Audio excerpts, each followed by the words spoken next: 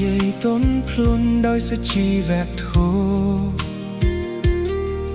អូនសែលអហើយសាកសមអ្វីម្លេះទេសម្រស់មាសមេអូនស្រស់ស្អាតឥតគុណណាមាសំដីវិចាអូនសែនអង្រួនចិត្តខ្ញុំធ្វើឲ្យនាងណាក៏ចង់នៅក្បែរអូនបងចង់ក្លាយជាមនុស្សម្នាក់ដែលអាចធ្វើឲ្យអូនញញឹមរាល់ថ្ងៃបងតែងស្រមៃសួរខ្លួនឯងតើបងសមនឹងស្រីថ្លៃដែរឬទេ